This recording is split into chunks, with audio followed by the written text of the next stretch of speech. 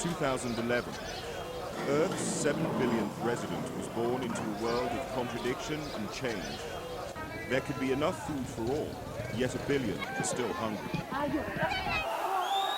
Throughout this year, people around the world were seeking freedom from oppression and better opportunities for themselves and their families.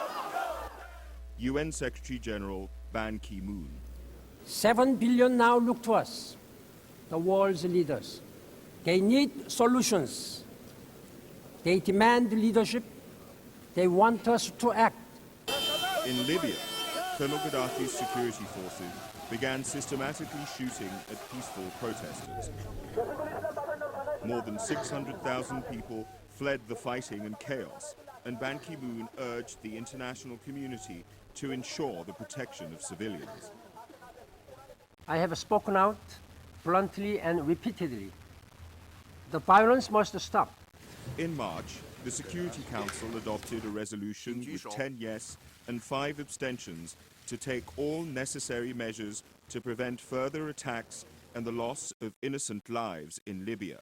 Susan Rice, permanent representative of the United States. The Security Council has authorized the use of force, including enforcement of a no-fly zone, to protect civilians. Soon, NATO began a bombing campaign. UN humanitarian agencies delivered vital supplies to the population. With casualty numbers rising, Russia's ambassador Vitaly Churkin voiced his concern. Любое превышение устанавливаемого ею мандата, непропорциональное применение силы. In October, Libyans greeted the death of the dictator with celebratory gunfire. Yet weeks of relentless urban conflict have reduced cities to ruins, and hospitals are filled with the wounded. Secretary General Ban Ki-moon and the President of the General Assembly, Nasir Abdulaziz al-Nasser, made an historic visit to Libya. In Syria, pressure was on for President al-Assad to step down after thousands of people were killed in pro-democracy protests. The General Assembly voted on a resolution condemning Syria for the ongoing violence and called for the government to end all human rights violations.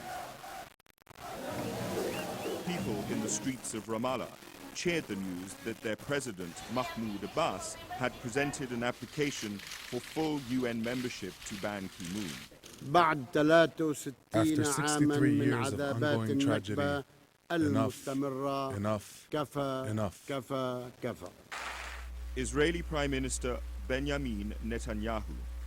We have to stop negotiating about the negotiations. Let's just get on with it. Let's negotiate peace. Meanwhile, on the ground in the occupied Palestinian territory, housing demolitions for Israeli settlement building continued. UNESCO granted Palestine full membership. The decision is adopted in Hama. Leading to the withdrawal States of America US funding takes the floor for the organization. to In join July, your the seats. newborn country of South Sudan became the 193rd member state of the United Nations. After decades of civil war in Africa's largest country, the UN helped organize a referendum on unity or separation. At over 100, Rebecca Kadi was one of the oldest voters to take part. She was telling me, after I vote, if I'm dead, I will be very, very happy, because I finished everything. Over 99% supported separation, and on the 9th of July, a new country was born. Like any newborn, South Sudan needs help. Together, South and North must face their common future as partners, not rivals. In 2011, more than 120,000 UN peacekeepers were deployed in 16 missions on 4 continents. In Liberia's presidential elections, the UN mission deployed ground troops and increased air patrols to improve security and reassure citizens as they went to the ballots. Voters turned out undeterred, despite some clashes that prompted the boost in security. President Ellen Johnson Sirleaf was not only re-elected, She was also one of 3 women activists who were jointly awarded the 2011 Nobel Peace Prize. The arrests of former Côte d'Ivoire President Laurent Gbagbo in April and accused war criminal and former Bosnian Serb military leader Ratko Mladic in May provided further evidence that the era of impunity may come to an end and the rule of international law is here to stay.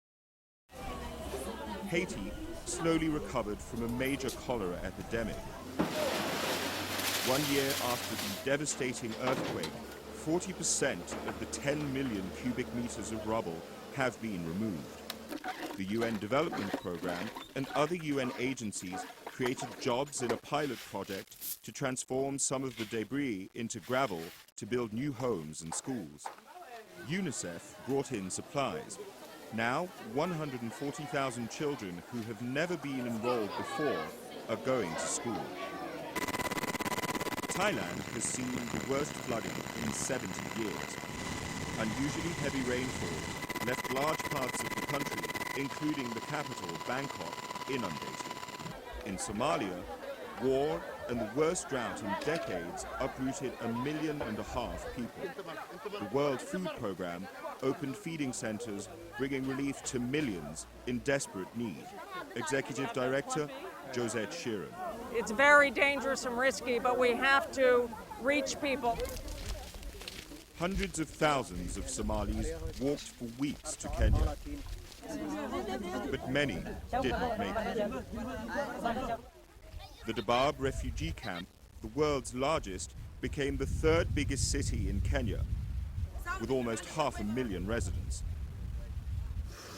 The UN's refugee agency, UNHCR, airlifted thousands of tents to ease the overcrowding. Famine has spread over Somalia, but the consequences of the drought affected the whole Horn of Africa. These farmers lost half of their livestock and food supplies are running out. We live on palm nuts. There is nothing more to eat. The planet could easily feed 7 billion people, yet millions continue to starve. High and unpredictable food prices affected poor countries the most during the global economic downturn. 25 years after Chernobyl, a tragedy in Japan with multiple consequences.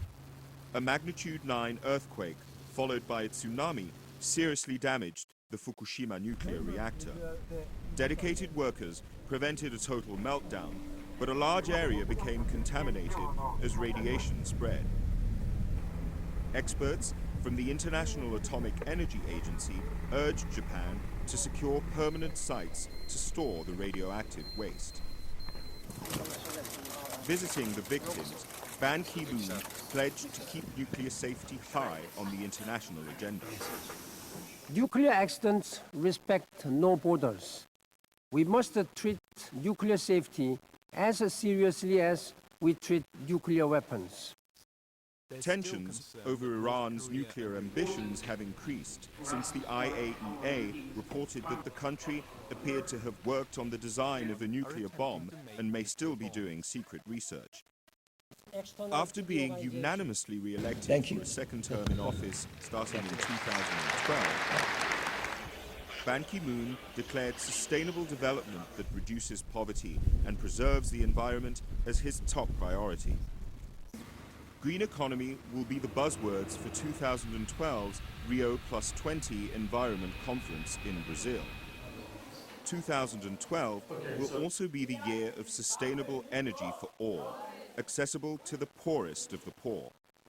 7 billion people need clean energy to read, sustainable agriculture to eat, and opportunities and decent jobs to live a life of dignity and prosperity.